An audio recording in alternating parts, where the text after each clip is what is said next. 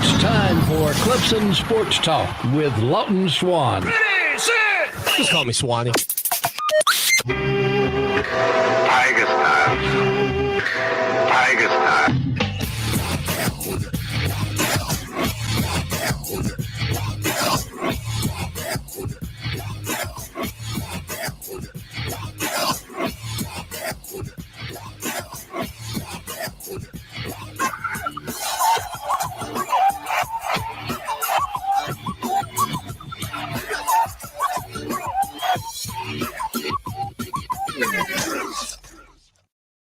Finally, Clemson Sports Talk has come back to Drive Time. Hello, everybody. Lawton Swan back in the saddle once again. It is the show that shakes the Southland. Clemson Sports Talk for you each and every afternoon as you make your way around the great state of South Carolina and beyond, listening to us on incredible radio stations like Fox Sports Radio 1400 the Midlands, around the world on the iHeart Radio application. Download it today. It is free. Our website, ClemsonSportsTalk.com. Glad to have you all a part of the program here on a chilly Thursday, heading towards what appears to be a chilly weekend in the Midlands and really around the state of South Carolina. So going to be a cold weekend. 803-450-0086. It has not been a cold week on the recruiting trail for the Clemson Tigers as they pick up a couple of commits over the past 24 hours, one being Kobe McCloud. That's right. If you recognize the name, his brother Ray McCloud, of course, a part of this Clemson Tiger team through the years. Ray still in the NFL, making a name for himself, but the three-star linebacker. So isn't it funny when a guy plays on the opposite side of the football from his brother? And again, a position in which I think most people also sort of would say are, counter of one another. I mean, it's not, it's similar to maybe say Rondé and Tiki Barber in that Rondé played defensive back and Tiki was a running back. They're sort of opposite one another, but not directly opposite. But Kobe McCloud, a three-star linebacker out of Tampa, 6'1", 210 pounds. The younger brother, again, of Ray McCloud, commits to Clemson. John Garcia, I retweeted this last night.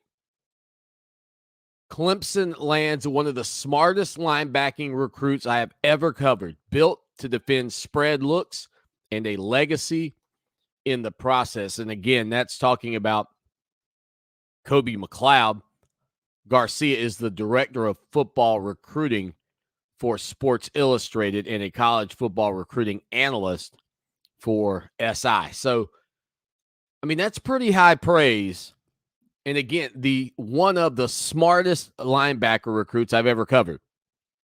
Three-star kid, smart, intelligent, a legacy. Hit the reset button, fire up the podcast. What did I talk about on this program? I think it was yesterday. What did I talk about when we were getting into the nature of Clemson's recruitment and the type players they are more than willing to land? They will happily accept a three-star kid who they believe is going to give them everything they can get out of them, not just in the classroom, but in film study, preparation, all of those things. I gave the reference to Spencer Shuey and Stephon Anthony. And if you didn't read that tweet when I retweeted it from John Garcia and go, that's exactly what Swanee's talking about, then right now is when you should say, Swanee, that's exactly what you were talking about. And it truly is. McCloud was previously committed to Florida International before Clemson gave him their offer. He had offers from Boston College, Syracuse, South Carolina, Miami, and others.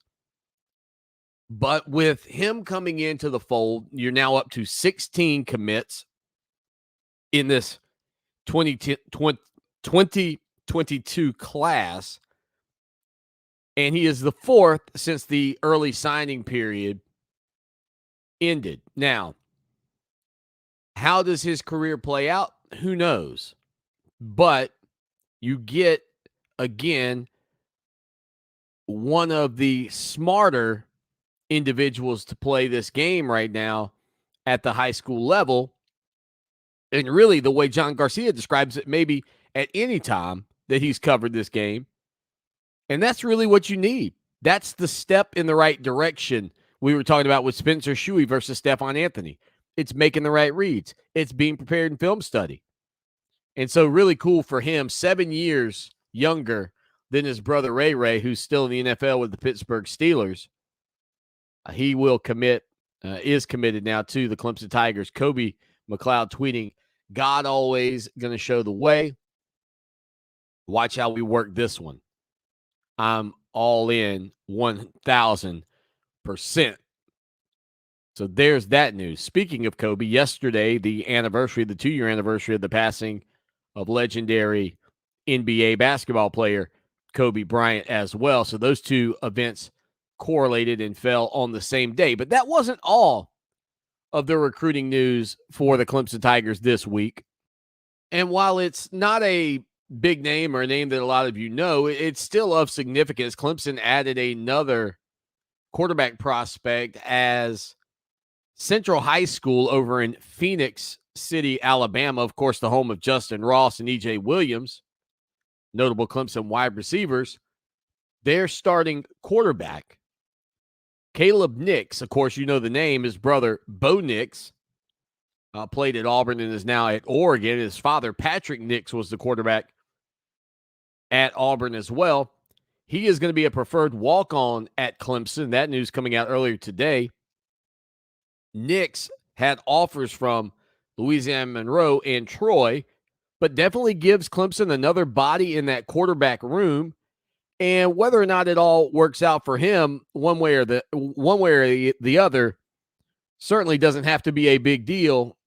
But with Hunter Johnson now in tow, with Cade Klubnik in the mix, with Caleb Nix available, with DJ Uiagalelei, Hunter Helms, Wise. I mean, you've got Weiss. You got several different quarterback options there, of which I think most people believe that two are the go-to. But there's also got to be a level of concern from this coaching staff that if things were to go well in the spring for Hunter Johnson, you kind of have to hedge your bets a little bit. Because imagine a scenario where Hunter Johnson beats out DJ Uiagalelei. I mean, imagine that scenario playing out. And again, if you think about DJ and the way he performed this past year, it's not like that's some grandiose, incredibly odd result, right? DJ did not play up to the standard that you would have expected.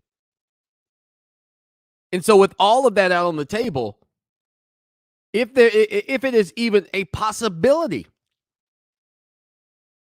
or even a probability in your mind that DJ gets beat out by Hunter Johnson, I can't tell you why he would stick around. I honestly can't, because there are plenty of schools out there where DJ, even given his performance a year ago for Clemson, would still be the starter. And he probably should be the starter at Clemson.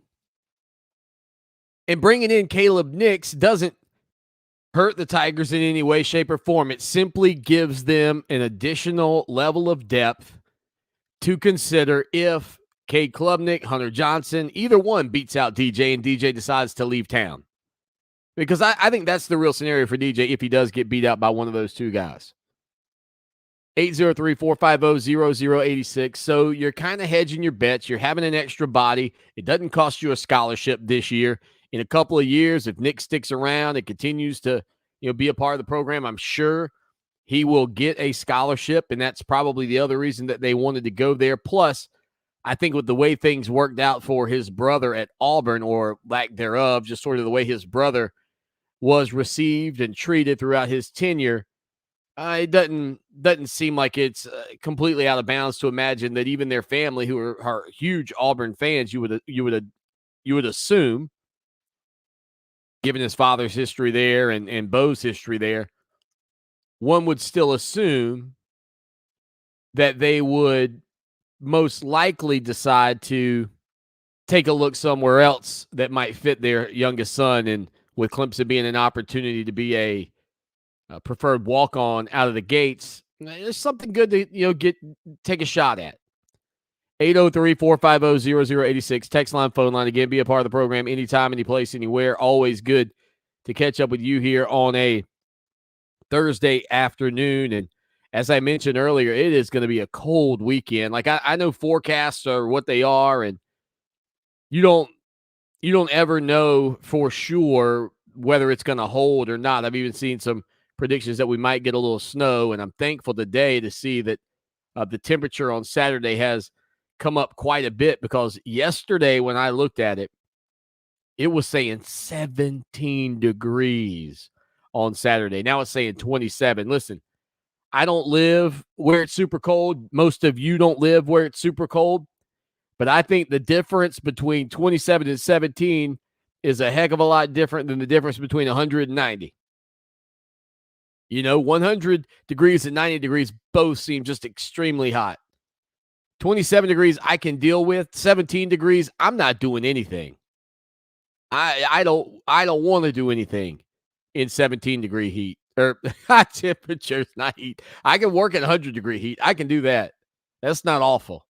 17 degrees? No, thank you. I can do it with sweat. I cannot do it when my hands are frozen. No, sirree. So I'm happy to see an extra 10 degrees on the board there for the temperatures over the weekend. Mentioned the Pittsburgh Steelers earlier. Do want to get to this real quick because, whether or not Tom Brady decides that he's going to retire, whether or not Aaron Rodgers ends up retiring, who knows? But one big-name quarterback did decide it was time to hang it up. Pittsburgh Steelers quarterback Ben Roethlisberger retires after 18 seasons. He said, quote, "I retire from football a truly grateful man." And that was released via his Twitter account. Ben Roethlisberger, during his tenure there at Pittsburgh, I would say to a degree, outkicked his coverage. I mean, quite frankly, I don't know when he was drafted. And again, it's been 18 years, so it's not exactly at the top of my brain. But I don't remember there being this just huge belief that Ben Roethlisberger was going to be the type player that he ended up becoming. And I think there was certainly some time in his career where maybe his size helped him. And it also, there were also times in his career where his size absolutely hurt him. But I think by the end of his career, there was a true benefit to being as big as he is, some 6'5", 240 pounds, very similar in his stature to Clemson quarterback DJ Uiagalelei, because I think it did help him with some of the wear and tear. Some of the tread on the old tire didn't get worn off quite as fast when he took big hits. He wasn't as affected as maybe some other guys. But then later in his career, I think some of that caught up with him a little bit. Now, he is a 2-time Super Bowl champion. He was the NFL Offensive Rookie of the Year back in 2004 and a 6-time Pro Bowler. And he led the league in passing for 2 seasons. A big arm, a big guy. His career was not without controversy. There was certainly some off-the-field controversy with some sexual assault allegations that took place in Lake Tahoe and Milledgeville, Georgia. He also had a notable motorcycle incident during his career, a motorcycle wreck during his career back in June of 2006, very early on. But, I mean, if you just talk about a guy that went out there and got the job done, I think, 3 Super Bowl appearances in his career, 2005, 2008, 2010, again, winning 2 of those. I mean, if you would have told the Pittsburgh Steelers fans that not only would Ben Roethlisberger come in and have an impact on their team, but in his second season that he would get them into the Super Bowl and then ultimately win the Super Bowl at just 23 years of age, yeah, I think they would take that in a skinny minute, so to speak. But to get a couple of Super Bowl titles under your belt, that's Peyton Manning. That's Eli Manning. And for Roethlisberger to pull that off, I'm not going to lie, it's not, it's not unheard of, because we've had players before who maybe weren't the most notable name that ended up winning a Super Bowl. But some of the legends like Dan Marino that never pulled that feat off, or even guys like John Elway who had to wait forever to do it. To have this young man come in his second year in the NFL and help lead the Steelers to a Super Bowl, I mean, that's a heck of a story. He was the 11th pick of the first round of the 2004 NFL draft. So he's hanging it up. Ben Roethlisberger out of the game. By the way, the first pick in that draft was, of course, Eli Manning. You'll remember he refused to go play for the San Diego Chargers. Incredibly, he got 2 Super Bowls when he was traded to the Jets for Phillip Rivers, who was the 4th pick out of NC State in that draft. I mean, those 3 quarterbacks, Eli, Phillip Rivers, and Ben Roethlisberger. I mean, what a quarterback class that was. And to bring it a little closer to home for all our Gamecock fans peeking over the fence, Houston drafted South Carolina quarterback Dante Robinson with the 10th pick in that 2004 NFL draft. So 1 pick ahead of Ben Roethlisberger was Robinson out of South Carolina. And Robinson played in the NFL through 2013. But looking at that draft class as well, Eli Manning went first to San Diego and then was traded. The Raiders took Robert Gallery, an offensive tackle out of Iowa. Larry Fitzgerald was the 3rd pick. Everybody knows his name, out of Pittsburgh. He was drafted to the Arizona Cardinals. Then you had Phillip Rivers, Sean Taylor, the late Sean Taylor, who was with the Redskins out of Miami, was with the 5th pick there. Kellen Winslow, the big tight end out of Miami, also was drafted with the 6th pick to the Cleveland Browns. Roy Williams, the great defender. Or no, that was actually the wide receiver. Roy Williams out of Texas was drafted by the Detroit Lions. D'Angelo Hall, cornerback out of Virginia Tech, was the 8th pick. And then a little further down at number 11, Ben Roethlisberger. Also, Clemson, staffer, J.P. Losman, drafted by the Buffalo Bills that same year with the 22nd pick out of Tulane. So another little tie back to the state when you look at the 2004 NFL draft. But again, what a career for Ben Roethlisberger. And do you think, will Brady go out like that? Is that it for Brady? Is that it for Aaron Rodgers? I'm just not certain. I'm not certain what those guys will decide that they want to do. If you're Brady, there's not a whole lot left to prove. I think you're disappointed in the way that game ended because you fought to get back into it. And if you're Rodgers, you're probably just tired of everything you've been dealing with this past year. But Big Ben hangs it up, a franchise quarterback, spent his entire career in Pittsburgh. Now, that's another cool little nugget at this point. If he decided to come back, and we've seen this multiple times in the NFL with players, they may play their whole career at one place, and then all of a sudden some other team needs a body, needs an extra quarterback, or a couple of guys get hurt, and then they dig in and he gets a big paycheck to come and do it for 1 year. But he spends his entire career playing with the Pittsburgh Steelers. Ben Roethlisberger, 2-time NFL champion, hanging it up now that his season is over. With a quick break, we'll come back with more. Don't forget, Tim Beret, legendary Clemson SID, joins the program in hour number 2. Stay with us for more. The show that shakes the Southland. You're locked in to Clemson Sports Talk.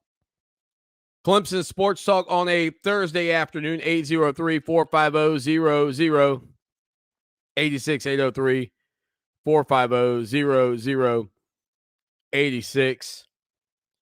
Appreciate everybody being a part of the program as we hang out with you here on the show today. Now, one of the other things I started thinking about, I've been taking a look at some different topics. Obviously, yesterday, we talked about the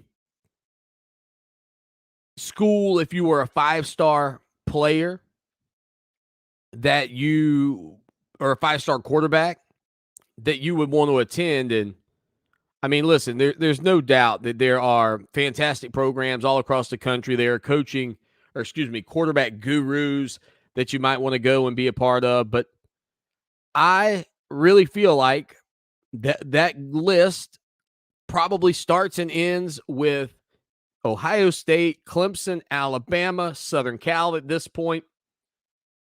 And then from there, it probably drops off a level. It probably drops back at least one level. And so when I take a look out there and start thinking about it from the standpoint of any other positions in the country, like if I'm a running back, right? I don't think there's a question I want to go to Alabama or Georgia. And I don't even think it's close, which, by the way, makes me really lean in on thinking about how good and productive Travis Etienne and Wayne Gallman were during their time at Clemson. I mean, those are two underrated, undervalued guys, fit the description of what we've been talking about here on the show, that came in and put up big numbers and incredible work. And I went back the other day and was watching some of those ball games with Wayne Gallman. And let me tell you, I don't know that there's been a guy that's run the football harder at Clemson than Wayne Gallman. If you know one, if you say, Swanee, I know somebody that ran the ball harder than Wayne Gallman, hit me up. Because quite frankly, between you and me, I don't know who it is. And as much as I like Travis Etienne, he's not the guy. He's not Travis Etienne. He didn't run harder. He ran hard. He didn't run harder than Wayne Gallman. You go watch Wayne Gallman fight for yardage, and your jaw will drop. I mean, that's how good Wayne Gallman was. Your jaw will drop watching him get after it. And I've got a lot of respect for anybody that runs the football the way that Wayne Gallman did. You can be a 3-star kid. Great. I want guys that have the heart and the determination that Wayne Gallman showed every time he carried the football. Travis Etienne, another undervalued recruit, was overall a better running back than Wayne Gallman. C.J. Spiller was a better running back than Wayne Gallman. But not a guy has run harder in the past 20 years at Clemson than Wayne Gallman. And running hard doesn't necessarily equate to great success. I mean, you could be a hard runner and not rack up huge numbers and put touchdowns on the board. But, buddy, you can pick up key 4th and 2s, 3rd and 4s. You start picking up big, important, crucial yards, and you're a difference maker. You keep drives alive. You make something out of nothing. I mean, that's what Wayne Gallman did. And he still had a very successful career. Don't get me wrong. Not to be dismissive of his career by any means. But there was just something spectacular to watching him play because of his heart. During his career at Clemson, he rushed for 3,416 yards and 34 touchdowns. He had a 1,500 rushing yard season his sophomore year. But to me, it was not just about the numbers as much as it was about the effort, the determination, being accountable to your teammates in every way, shape, and form. And when I went back and watched a couple of those games of his, I mean, it really spoke to me how much I appreciated him at that time, because the thing about Wayne Gallman that you have to remember, and the thing that fits that billing of being that undervalued kid that just gives it his all, what you have to remember about him is that he was doing it before Clemson was a national champion. So when you would see him run with that type of effort, you'd go, man, that's great to see. And so I still think even today, Clemson's not going to be on a lot of five-star running backs list to say, hey, that's where I want to go. Now, they've been fortunate enough to get Phil Maffa and Will Shipley, and the job that those two guys have shown, and certainly Kobe Pace appears to be a very good running back. But I don't know that the big Derrick Henry style running backs coming out of high school are going, yeah, you know what, I'll go play at Clemson. And part of that's because of Clemson's scheme, right? It's the place quarterbacks want to go.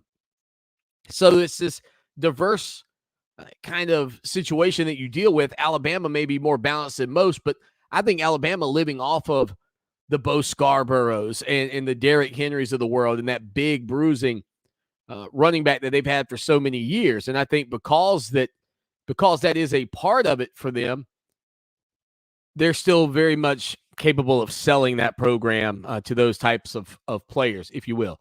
803-450-0086 text line, phone line. Again, be a part of the show anytime, any place, anywhere. Again, coming up in hour number 2, legendary Clemson SID Tim Beret joins the program. We love chatting it up with Tim to talk a little college football, to talk about your Clemson Tigers, to talk about everything that you've got going on when it comes down to the Clemson basketball team. Just one free throw. What a strange stat that was from Clemson's matchup with the Duke Blue Devils. So we'll chat with Tim Beret about that here in just a little bit. So make sure you hang with us. But if you are a running back, where would you go? Again, I think it's Alabama. I think it's Georgia. I'm going to throw Ohio State in the mix there. And you know what? I think at times when things are going great, I think Texas still has that sort of panache to bring in great running backs. We'll hit a break. We'll come back with more of the show that shakes the Southland right after this. Rolling along on a Thursday, the show that shakes the Southland. Again, I want to reset it out of the top here. We talked about Kobe McCloud, 3-star linebacker, the brother of Ray McCloud, committing to your Clemson Tigers. And I bring this back to your attention because of a singular tweet that was out there. We retweeted it. If you don't follow us on Twitter, I wish you would, at Clemson Sports. Over 23,000 of you currently follow us. Let's make it 24, and let's go to the moon, baby. John Garcia, the director of football recruiting from Sports Illustrated, tweeted this about McCloud. And again, I want to make it perfectly clear. I think that this is the exact sentiment that we brought up about Clemson's recruiting. Garcia said, Clemson lands one of the smartest linebacker recruits I've ever covered, built to defend spread looks and a legacy in the process. Of course, the legacy being his brother, Ray. But additionally, as much as there's tremendous value in the smarts, that part about defending the spread and the fact that we've got so many teams out there in college football that do incredible schemes offensively. You know, anytime you can get a kid in the system that has that type of speed and agility to cover in space, I mean, that's exactly what Clemson wants. And you see it flash from guys like Malcolm Green, Trenton Simpson. And I don't want to diminish the value of what guys like James Skalski and Ben Boulware and those big bruising linebackers bring to the game. They are still a necessary element in this sport. And thank goodness. I mean, and thank goodness, because in the sport where everything gets replayed for targeting and every quarterback hit is a penalty, like at least there's still a spot for guys like that. Like if you think about the NFL, I mean the NBA, listen, the big man, the 7-foot big man back to the basket player is almost phased completely out. And I don't believe that 7-footers have been phased out of society. They are still out there. But that part of the game, unless you are just an elite player at 7 feet tall, unless you are just Joel Embiid, unless you are Anthony Davis, the elite interior, Shaquille O'Neal, back to the basket, Pat Ewing, David Robinson, and those guys were skilled. Like, don't get me wrong, those guys were skilled. But that the game was played in the post with a big man catching the ball, 3 dribbles, and putting it up on the rim. That spot has sort of faded. You gotta be able to step out like Davis, like Embiid, and hit a shot. You can't just be Tom Weidman or Adam Allen spec anymore. And not that those guys play in the NBA, but that's even vanished to a degree from the college game. The linebacker, the hard-nosed hitting linebacker, the thumper like Levante Bentley, guys like Jeremiah Trotter, those spots aren't gone. But what is significantly enhanced is people or players' ability to cover in space, to make plays in space, out of the backfield. And when you get a smart kid that can do that, man, the sky is not just the limit for the kid, but for their potential to impact your team in a positive way. So I'm anxious to see, as I said earlier, I'm anxious to see what this young man looks like. Not overly thrilled, when it comes down to landing him. It's not like you go, oh, my goodness, you weren't calling your buddies, hey, fellas, did you hear who we got? 5-star linebacker, because he's not that. But that 3-star billing is simply a number placed on him. And there's no reason not to think that he can't go out and have a big career at Clemson on down the line. Give him a couple of years to mature and then get after it. Speaking of getting after it, the Clemson Tiger baseball team will begin their spring practice. It is the 125th season of Clemson baseball, with their first full squad practice coming up this weekend before opening the season with a 3-game home series against Indiana at beautiful Tiger Field February 18th through the 20th. And that probably is a Friday. I just don't have the calendar in front of me. Coach Monty Lee said, our players and coaches worked extremely hard in the offseason to improve in every aspect, and we believe we have a strong group of returning and new players that will get us back on track. Monty Lee had the 11th ranked recruiting class this past year. He went on to say, we were able to develop and evaluate most of our newcomers this fall. I'm excited to see the competition between those new players and our returning players for many positions in the spring. Of course, Caden Grice comes back for Clemson, their top offensive player from a year ago. He batted .317 with 15 homers and 53 RBIs in just 51 games. Clemson's expectations for the baseball program, the fan expectations for the baseball program, are always immense. And I think you can feel the heat on Monty Lee as we speak. Love Monty Lee. I think he's got I think he's still a great young coach. But I know that there are a lot of fans that are ready for this team to make a trip out to Omaha to compete again and win the Atlantic Coast Conference, and most of all, to be seen and have the perception of being one of the top 10 teams in the country. The 2022 schedule features 33 home games and 25 games against 2021 NCAA tournament teams. The Tigers will play Michigan State and USC Upstate at Fluor Field in Greenville, and will face South Carolina and the College of Charleston at Segra Park in Columbia. The ACC tournament will be held in Charlotte, North Carolina for the second year in a row.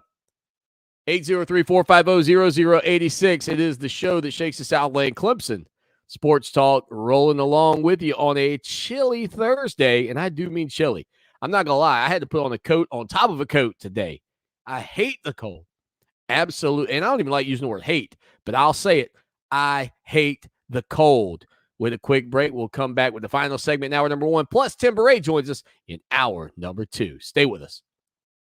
Final segment in hour number 1. Tim Beret joins us hour number 2 here on a Thursday. Our website, ClemsonSportsTalk.com. Put the .com on it. Doggone it. You know you want to. I mentioned the Clemson Tiger baseball team getting ready to get after it, but it's hard not to say that there is a ton of passion about the Clemson Tiger softball team and Valerie Cagle in her second year, just given the way she played this past season. And she was named a preseason All-ACC selection for your Clemson Tigers. I mean, she was dominant as a redshirt freshman.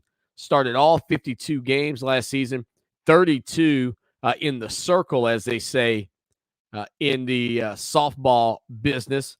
Cagle became the first softball player in ACC history to earn both freshman and player of the year honors in the same season. She was a second-team All-American, a first-team All-American according to the JWOS after posting a 1.16 ERA with 267 strikeouts. That is so ridiculous. She also led the Tigers with a 404 batting average and an 821 slugging percentage with 45 RBIs, 43 runs scored, and 17 home runs. So Cagle is a spark plug for your Clemson Tigers. And again, she was named a preseason All-ACC selection. The other All-ACC selection, Mackenzie Clark, an outfielder for your Clemson Tigers. And the softball team actually has a scrimmage coming up on February the 5th. So they've got a scrimmage coming up on February 5th as they kick off their 2022 campaign at McWhorter Stadium. That's going to be, I think this year, I've said it in the past, I'll say it again. This Clemson softball team, I think, will piggyback a lot of their success off of the football program. I think they'll piggyback their success off of the excitement around the program, the investment in the program with the stadium, and just the looks of it. You pour in and you get out a lot. And you can tell that Clemson is committed to this sport. And as good as it was a year ago, I think this is just the beginning. Just the beginning. Their season gets underway. The actual season gets underway February 10th at Fort Myers, Florida, at the FGCU Kickoff Classic. Clemson will be on the road for the first 11 games of the season before returning home on Friday, February 25th against Boston University at 2:30. Again, 7-inning games. They move fast. That scrimmage is an inter-squad scrimmage, by the way, on February 5th. That'll begin at 12 p.m. to give Tiger fans a preview of what they can expect to see from this team in 2021. So, no doubt,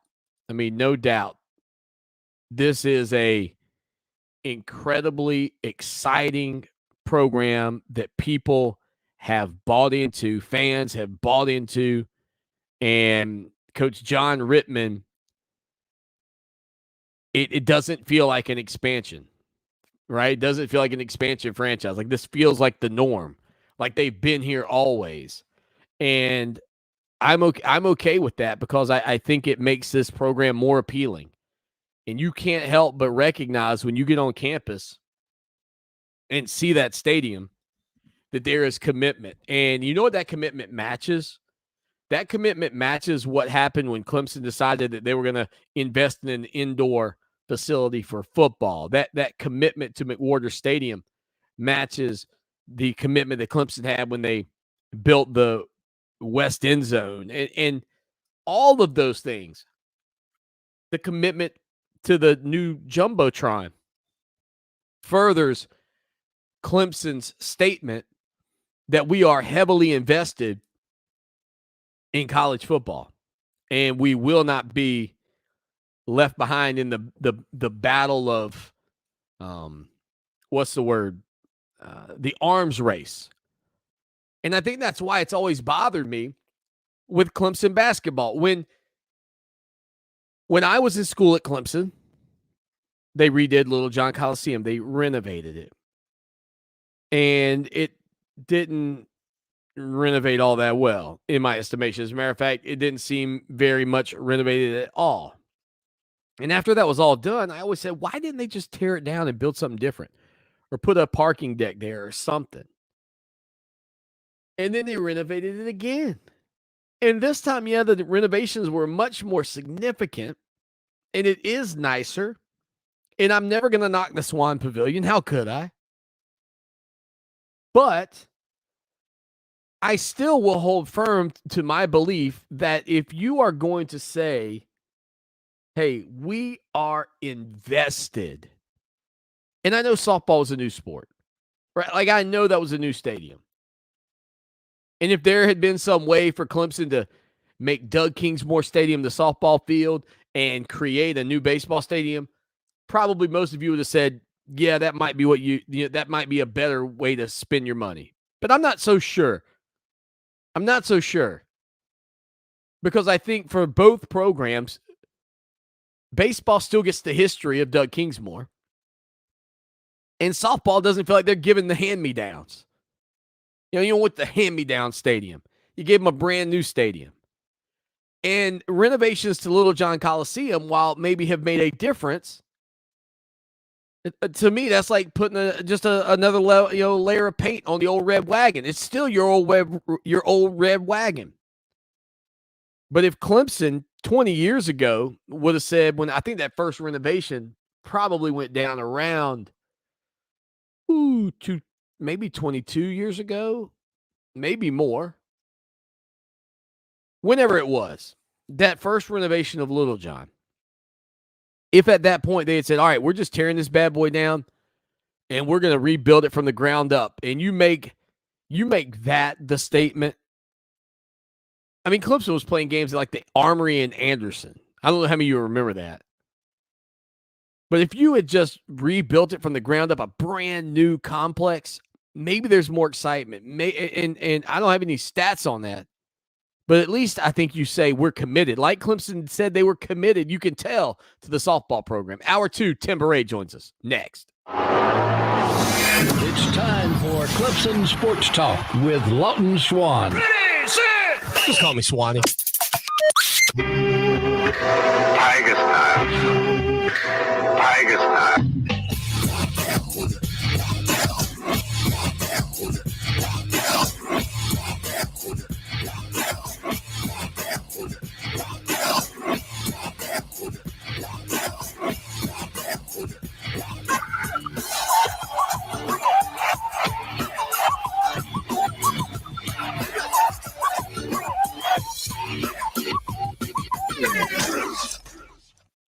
It is hour number 2. That's drive time right here on the show that shakes the Southland. Clemson Sports Talk. Lawton Swan hanging out with you, and I know you love tuning in to catch up with Tim Beret. And boy, what a weird basketball game. A great effort by Clemson up at Durham, but just shooting one free throw.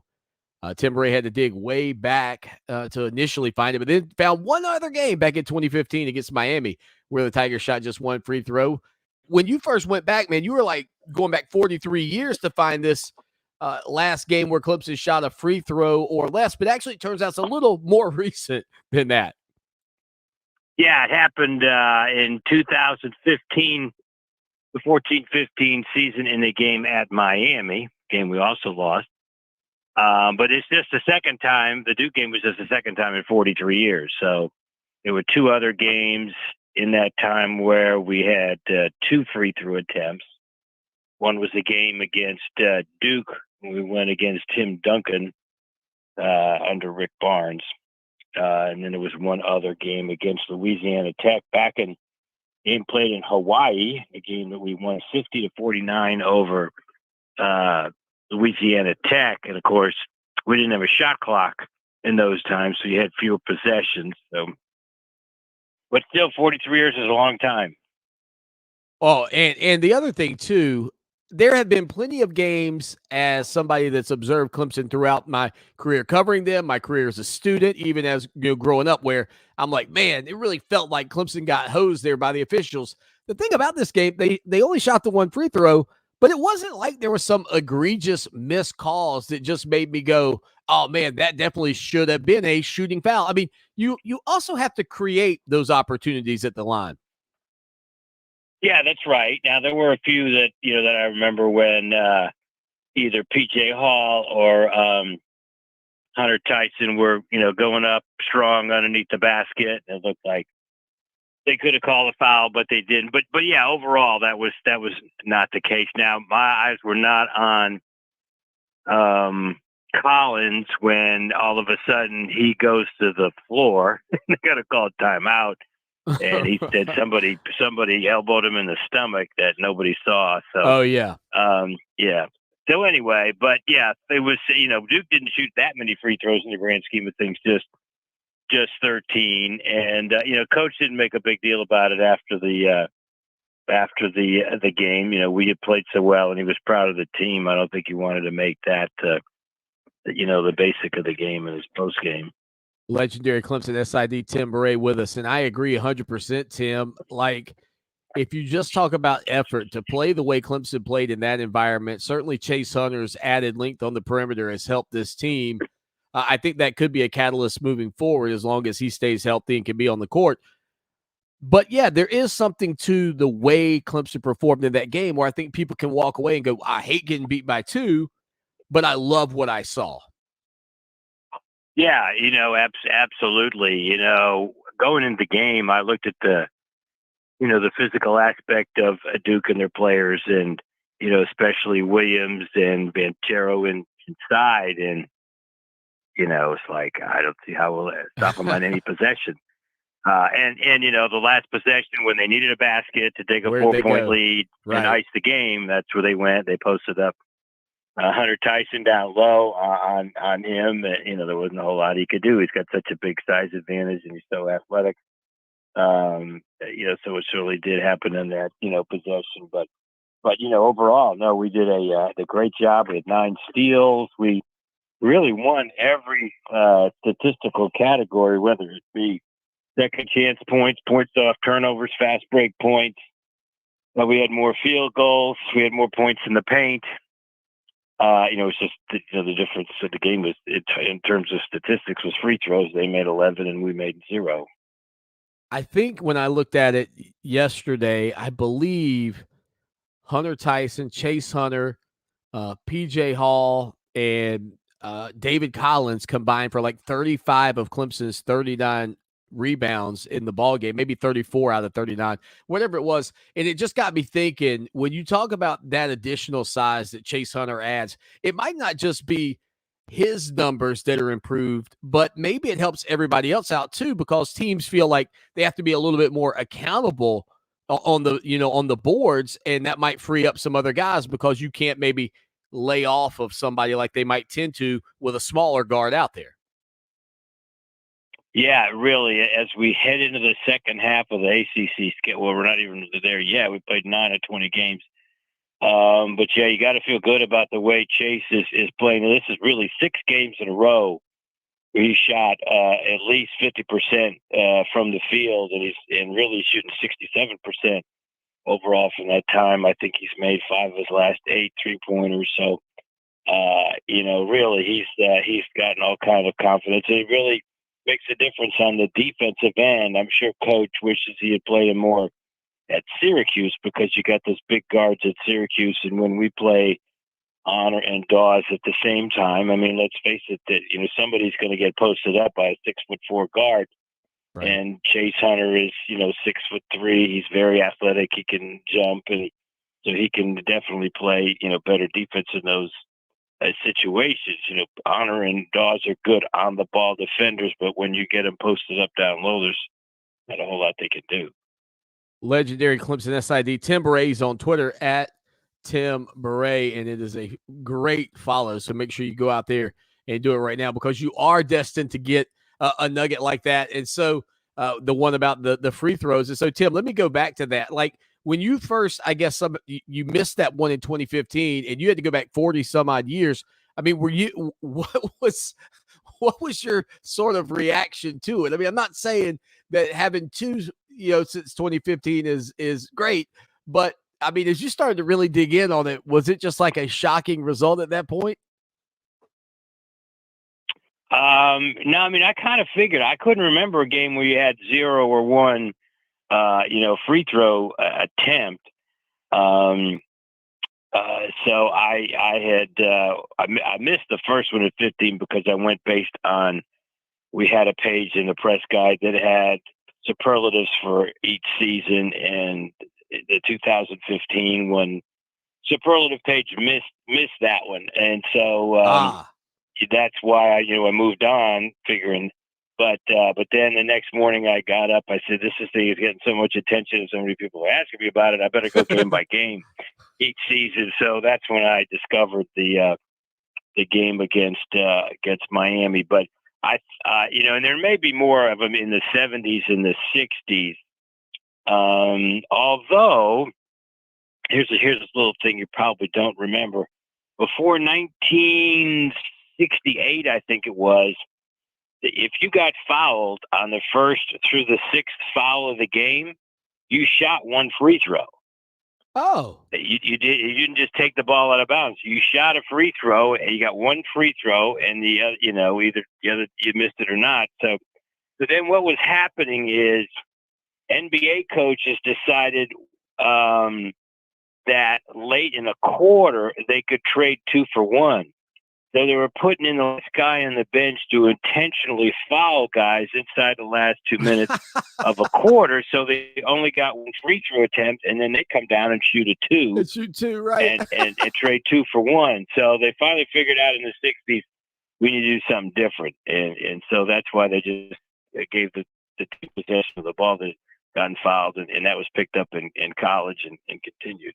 I'm not going to lie. It wasn't lost on me that the 2 games where Clemson had one free throw, they missed both of them. Neither of those games neither were 1 for 1. And in this case, one of our best free throw shooters, Hemingway, is the one who missed it after he got fouled on making a field goal. It was a great effort. There's no doubt about that from this Clemson Tiger team on the road in Durham, where they just have 4 wins in their history against the Duke Blue Devils. And as I said, I think most people left that game feeling like, okay, if you get that effort the rest of the way, this team could close out strong and at least be very competitive in their remaining Atlantic Coast Conference games. Tim Murray with us here on a Thursday afternoon. Shifting gears just a little bit, Tim, and folks, I got to tell you, I don't pre-prep Tim. I don't send him any notes. I don't get him ready. What was your take on the NFL weekend, Tim, with 3 games with walk-off field goal winners by the road team, and then the overtime matchup? That game was just haywire between the Bills and the Chiefs. It was amazing. I watched just about all of them in between basketball games, and to have every one of them, especially to have the road team win 3 of them. You had the number 1 seed on both sides knocked out. It was very, very exciting. I'm sure you saw in my tweets that I'm very much against the current format of the NFL right. overtime, where on one possession you can win the game and the other team doesn't get a chance. That just doesn't seem right to me. And I had people tweet back at me as well. They could have stopped them on defense, and of course nobody was stopping anybody the last 6 possessions of that game. And of course my answer to that is, well, if that would be such a good thing about the defense, then why does Major League Baseball just not play a 10th inning in the team? If the offensive team scores, they win. And if the team in the field holds them, then they would win. That's basically, kind of what you're talking about. Well, it's a fair point. My question is this, and this probably speaks more towards just how adept NFL offenses seem to be, is that teams choose to take the football. Like, I get it in the old days when you had to kick the field goal, take the football. But the second team only has to kick a field goal to win the game if they get a stop. But it is amazing how many teams want the ball, because I think in this offensive era, they feel like they can score. And so I think both teams should have a possession. And I think if both score, you just do the next score and just play it like it's a regular game. I don't know, but I can tell you this. You're right. I mean, that's another point I made. If the system is the way it is now is so good, how come every single time the team that wins the coin toss takes the ball. Right. They kick at the beginning of the game, but they take the ball. They take the ball in overtime. So that just goes to show you.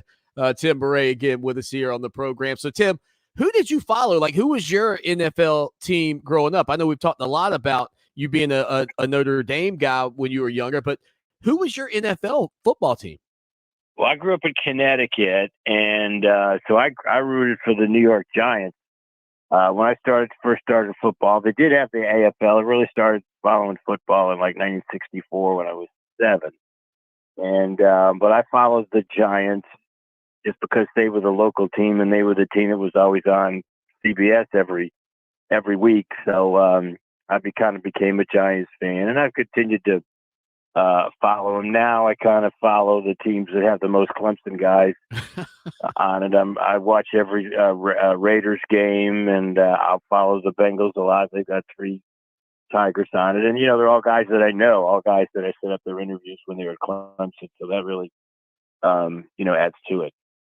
Well, and speaking of the Bengals, of course, they're still in the mix, and they'll get a shot at the Kansas City Chiefs. I was actually thinking about that today with Joe Burrow there in Cincinnati, the quick rise that they have had, the fact that T. Higgins is sort of in tow with that, coming out in the same draft class. I mean, from the standpoint of a young guy in the league that I'm not telling you Clemson fans didn't think, hey, would go in and have an impact. I think a lot of people did, but once you got that national championship and now you're getting a chance to maybe compete to go to the Super Bowl this earlier in your career, I mean, T. Higgins has got to be happy as a lark. Yeah, absolutely. Over 1,000 yards this year. I think he had 96 receiving yards in the last playoff game, and he's got a great situation with that Chase guy from LSU on the other side, who's had even greater stats than him. But it kind of has opened up, things for him. He doesn't see a lot of double teams because of the other good players that they have on that team. So it is a little bit strange, though, to watch the game and rooting for Joe Burrow's team after he broke our heart and took the national championship from us in 2019, ending our 29-game winning streak, by the way. We had won 29 straight games going to that. Let me ask you, when's the last time you watched that game, Tim? The last time I watched that game was January 11th, 2020. So the when day I was there, I've not watched it again. Okay, well, so listen, I have how radio shows are. We got to fill up the time, and I've talked about. There's a play in that game where Clyde Edwards-Helaire, the running back who's with I guess the Chiefs now, he steps out of bounds, his hand touches out of bounds, he picks up about 20 some odd yards.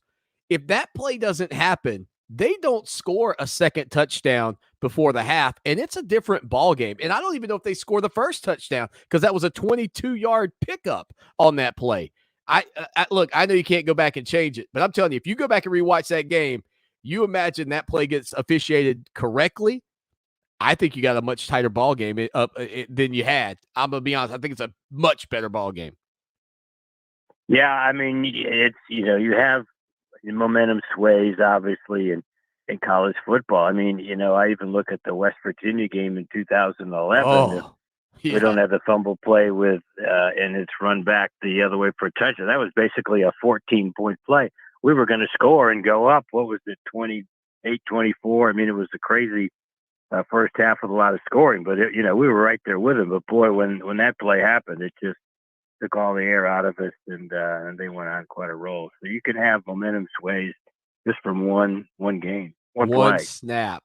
Ellington, and that would still, you're right. Like, of all the 14-point gut punches I've ever felt in my life as a fan, that one still stings. I can feel it. Oh, Tim Beret. Absolutely. Yeah, absolutely. Legendary Clemson SID with us here on the program. And obviously, I know all the Clemson Tiger fans are excited about the coaching staff changes, anxious to see what it looks like. I know you kind of got a preview of it with the matchup against Iowa State. But, as they start to begin to move towards spring ball and that preparation, during your time there, how much of the success that the team has in the fall is predicated by what they can get done during their spring prep? That's a good question. It's kind of half and half. I mean, I'd say that at an individual basis. I've remembered some players who have had just terrific spring games, and you figure, wow, this is going to carry over. This guy's going to have 1,000 yards receiving or 1,000 yards rushing, and it doesn't happen. But sometimes you get guys who, or it can go the opposite. I remember the spring game of 2011. Taj Boyd was horrible. and then we start the 2011 season, and then games 3 through 5, he leads us to 3 consecutive wins over ranked teams and plays just great. So it's a process, and you got to go through it. The spring game, because we divide the team up equally, sometimes you just don't have all the parts on both teams. So the spring game could be hard to use as a barometer. And so you really, but the coaches obviously love spring practice. They've got those 14 other practices where they can really evaluate, what they've got. Tim, always love running through the gauntlet of topics with you. Again, from Clemson basketball, shooting 1 free throw with great effort at Duke, all the way up to what it's like to navigate the offseason heading into spring camp. We always appreciate you. And again, follow him on Twitter at Tim Beret. Tim, we'll talk to you next Thursday. Thank you so much. Thanks a lot, and great talk to you. Tim Beret here on a Thursday afternoon. 803-450-0086. Text line, phone line, again, be a part of the program anytime, any place, anywhere. Buckle up, buckle up. The train is a-rolling. The Wayne train, Wayne Gallman. When Tim said that the Giants were his team, I honestly almost said, well, let's talk a little bit about Wayne Gallman in his time there. But I couldn't remember if Wayne is still with the New York Giants. I mean, I know he was, and certainly Big Dex is. Dex Norris. He's actually with the Minnesota Vikings now, Wayne Gallman. But he spent some years there with the New York Giants. So we'll hit a quick break. We'll come back with more on the show that shakes the Southland, Clemson Sports Talk. Clemson Sports Talk, so grateful, so thankful for you hanging out with us. And I know that some people who watched the show live at one point are like, Swanee, when you coming back live? I got to tell you, I'm looking at the studio. I feel like I've got a good plan. John, the engineer, is supposed to get by here at some point in the next couple of weeks. And at that point, I don't think every show will be broadcasted live with video. But I think more and more of them will be, and hopefully we'll get to the point where the majority of them are. At this point, there's still just a lot of changes that have to be worked out to make it all work. And I'm telling you, if we had not had the change in the policy about being on a delay, this would not be a problem. But have to set it up a little bit differently to pull that off. And it's not ideal, but I still appreciate everybody being a part of the show. And I don't feel like for a large part we've dropped off a ton of people. Maybe some of you who watch the show on a regular basis, but still getting a lot of interaction from those of you on social media. Speaking of which, on social media, I did say yesterday, and still I'm going to put the warning out there. If you post your Wordle or however you say it, I'm going to unfollow you. I don't even know what this thing is, and I'm not even interested in playing it. And am I supposed to know what your score is by what you post anyway? Like if you post it, am I supposed to go, yeah, you know what? You did pretty good, because you might as well be posting Chinese. I can't read it. I cannot read it. 803-450-0086. Text line, phone line. That's 24 hours a day, 7 days a week. I don't know my Wordle score. I don't know what your Wordle score is, and I don't know how to score it. The thing I'm really struggling with on this Wordle thing is it really fun? That's the only reason I even want to try it, just to see if it's fun. Other than that, Your boy Swanee is not interested at all. Don't flood my feed with your Wordle scores, and I'll stop flooding your ears with it as well.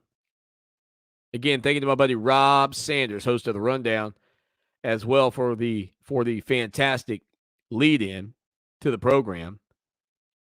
I did see this crazy stat. I mentioned Ben Roethlisberger earlier. SportsCenter tweeted this. The last 18 Super Bowls have contained either Tom Brady, Peyton Manning, Ben Roethlisberger, or the San Francisco 49ers. 18 Super Bowls. Brady, Peyton, Ben, or the Niners. I mean, how wild is that? 18 years. Those three guys and the Niners have been the teams in the Super Bowl. At least they've been a tradition in the Super Bowl, so to speak. We mentioned some recruiting earlier where Caden Story will be making his selection between Auburn, Clemson, and Florida on February the 2nd. Story, the 6'3", 282-pound, 4-star defensive lineman out of the state of Alabama, was recently in Clemson. Great ties to Nick Eason, who was one of the defensive coaches at Auburn, who is now over at Clemson. And that certainly has kept the Tigers in the fight for Story, who was at one time a commit of Auburn. As for what will happen the rest of the way for Clemson on the recruiting trail, it's really still very much up in the air. Certainly the Tigers making a move and getting guys that I think they truly believe fits the system, which I think is perfect. But this entire cycle, outside of Cade Klubnik, I think once you had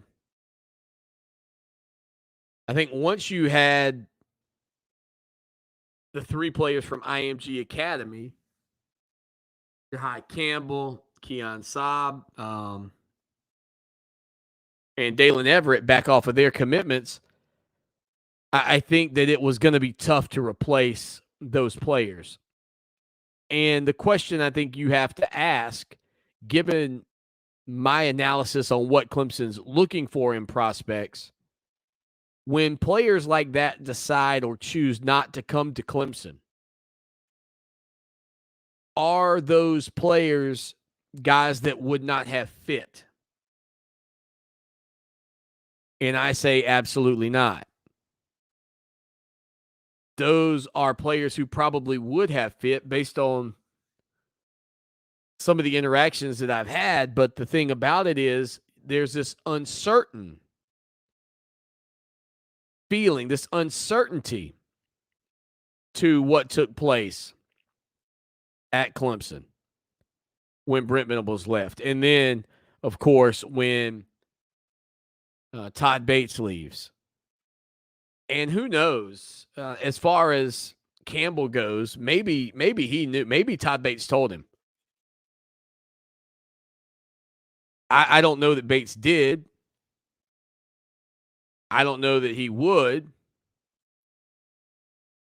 But maybe that was the case for that young man. And if he told the other guys, then maybe they felt like, well, it's just not worth it. And the strangest thing about that, though, going back to it, remember, none of those guys went to the same school. It's not like they all decided they wanted to be on the same team again collegiately. All of them. Everett ends up at Georgia, Sabb ends up at Michigan, and Campbell ends up at Alabama.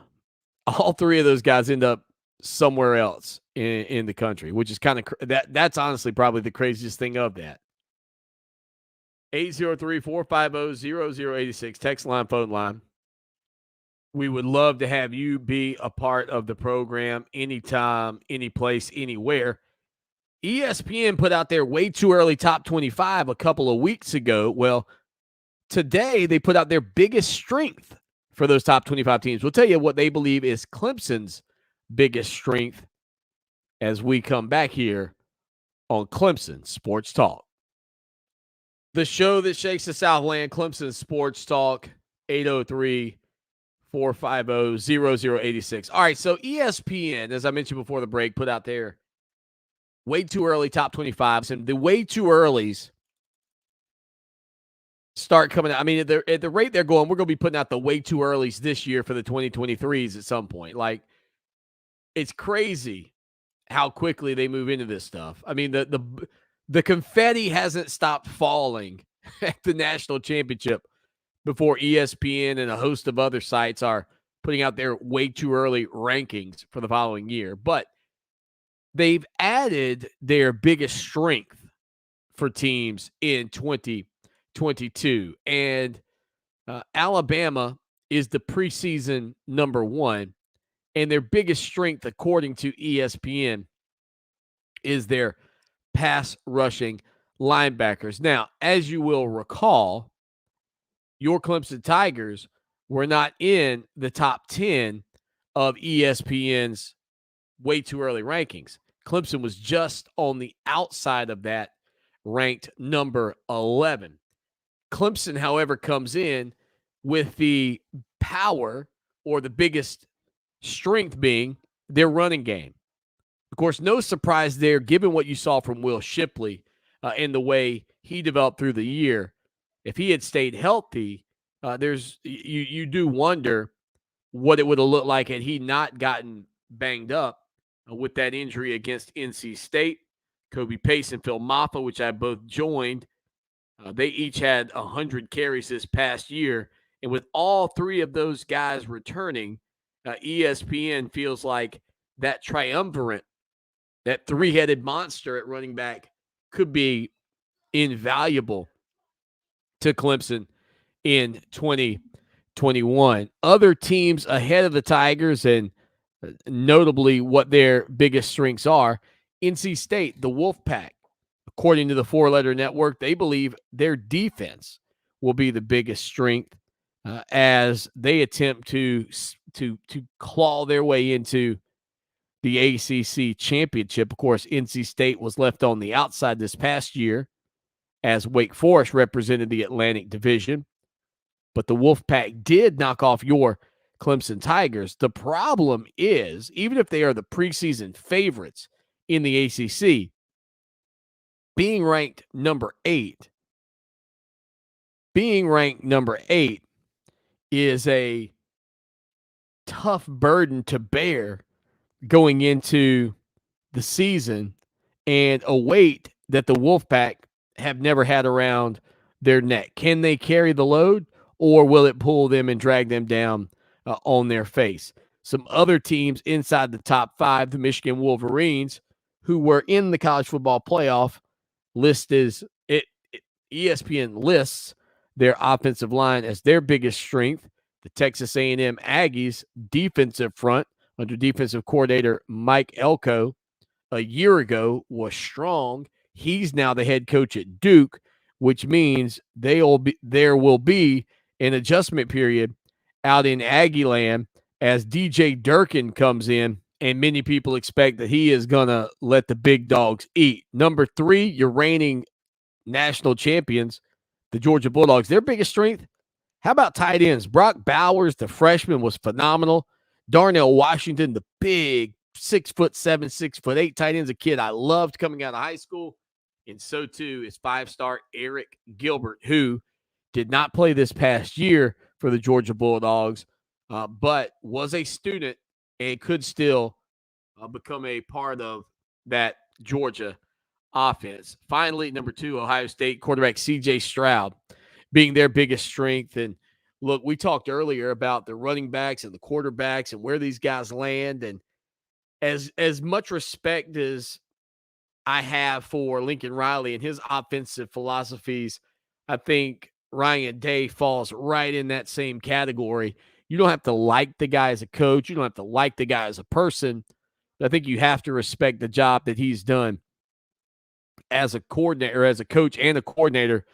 And when you take all those wide receiving pieces that surround a guy like CJ Stroud, especially given the nature of the majority of offenses in the Big Ten that, yes, have adjusted to the play, that the way the game is played collegiately, but maybe not to the same degree as Ohio State has embraced it. Man, you get a guy that's a fleet of foot like CJ Stroud, who's got a great arm down the field. Now, look, should they have lost to Utah in their bowl game? Probably so. Probably so. But when they needed big plays, Stroud was there and they made them. And they are going to be a force to be reckoned with, I think, for a long time in college football. Stroud threw for 4,435 yards with 44 touchdowns this past season. And while that number might seem out of the realm of reaching again with Garrett Wilson and Chris Olave moving on to the NFL, you saw what Marvin Harrison Jr. was able to do in that bowl game with 3 touchdown receptions. And look, bowl games and regular season and getting through the entire slate and playing 60 minutes are 2 completely different things. But the reality of what we're looking at with Ohio State is that they are, much like Alabama, going to be considered, given the way they played a year ago and the weapons that they have, they're going to be considered 2 teams that are going to be in the college football playoff at the end of the year.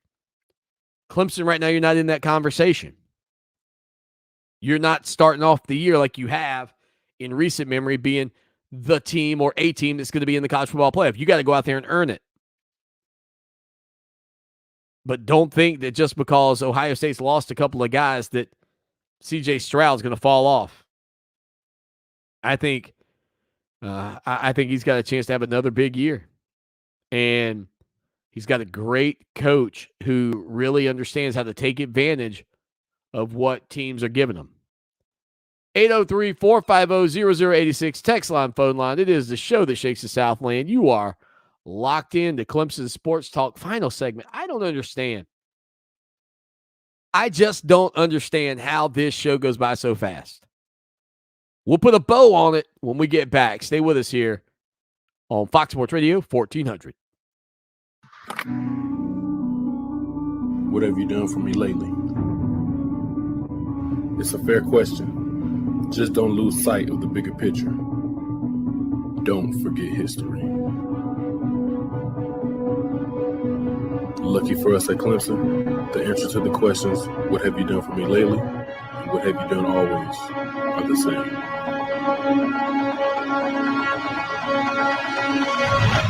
We win.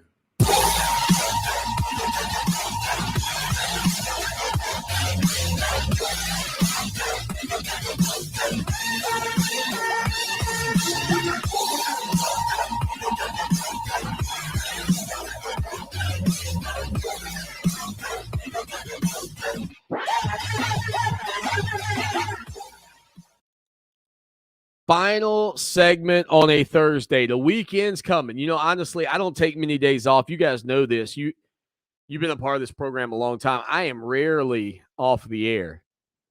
Again, couple of quick questions for you. First off, number one, again, we'd love to hear from you on the front of which team would you go play for if you were a 5-star quarterback? We asked that one yesterday, but how about if you were a 5-star running back? Where would you go? What school would you choose to be a part of? Alabama, Ohio State, Clemson? I mean, look, again, I'll throw it back.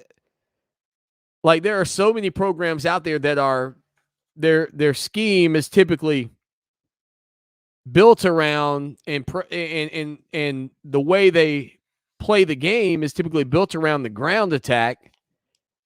Alabama, Michigan, Georgia, that it's weird. I mean, it is weird to think about that Clemson doesn't really get thrown in there all that often, but I understand it. I understand it because Clemson's success has been driven for so long by quarterbacks. And even with a guy like Travis Etienne there who's breaking Atlantic Coast Conference records, the majority of people would look at Clemson and say their success, that 29-game winning streak that Tim Murray talked about, their success was built on the shoulders of Trevor Lawrence. And I don't think there's anything wrong with that. But what I think, and as much as Dabo Swinney and this team want to be balanced, they want to be balanced under Tony Elliott. I mean, I don't think Clemson would have asked for anything more than to rush for 250 and to pass for 250. Every game, if you'd let them, they'd take it. But the reality is that some teams out there, whether it's by virtue of their offensive lines, whether it's by virtue of just their scheme, the way they line up, the way they run the ball, is the other thing. You know, maybe they don't use the horizontal space as much. They tend to go vertically, downhill running games. There are a lot of programs out there that probably have a better reputation for running backs than Clemson. So where would you go play if you were a 5-star running back? Let us know that one. Would love to hear from you on that front. I mean, if we say wide receivers, you got to say Clemson. You probably say Alabama. You probably say Ohio State. I mean, if I'm a wide receiver, those are the schools I'm thinking about. If I'm a defensive lineman, I'm thinking Alabama. I'm thinking Clemson. I'm thinking Ohio State. Like, that says something about your program when you start to go through the list. And there are certainly other schools. Texas A&M's a program that's starting to pull in big-time players all across the board. I think they tend to lean more defensive, with a more defensive mindset. I think they have to over in the SEC. I think if you're going to beat Alabama, you best be strong defensively before you find a way to be strong offensively. But still a lot of fun to kind of think about it. Maybe we will. Maybe if you're tight end, man, you're going to Georgia. We just mentioned some of the guys at Georgia. You got to go to Georgia. Look at how they use the tight ends. I mean, if you're an offensive lineman, is Clemson your destination of choice? I don't think so. Not at this point. You're going to Alabama. You start to look at the numbers of guys they put in the NFL. You're probably going to Ohio State. And so your success, not just on the gridiron, but also in the NFL draft, certainly begins to affect who wants to come and play where you are. The good news is, I think the culture that Clemson's instilled or put out there and the way the program is built excites a lot of kids to want to come play. I don't think Clemson has to worry about sitting around at the end of the day and going, man, I don't know if we're going to get player X or player Y because we might not be perceived as a, quote, running back school. But it might affect some guys. It might affect some for sure. But I don't think you got to worry about it because that's not the culture you're trying to build anyway. But where as a player would you go? That's the question I'm asking. If I'm a cornerback, I'm not lying. I'm coming to Clemson. If you think about the run of success that Clemson's had at cornerback recently, A.J. Terrell, Trayvon Mullen, Andrew Booth, Mario Goodrich, Mackenzie Alexander. I mean, you start to run through the guys that have played defensive back at Clemson recently, and they are some great DBs. Clemson's probably put together. This would be fun. I wish I had a time machine, and I wish I could go forward because I don't think anybody's going to put up Deion Sanders type numbers, right? I just think Deion's the best cornerback ever play the game. But I do wonder if you took the top 4 or 5 Florida State defensive backs, corners, and then the top 5 Clemson corners, and then look down the future, what those numbers might look like side by side, including Deion's numbers. Because Clemson's put out some great guys. Not Deion Sanders great, but they have put out some great defensive backs recently, and I can't wait to see what they look like in the NFL. We got to get out of here until tomorrow. As always, y'all take care now, and go Tigers.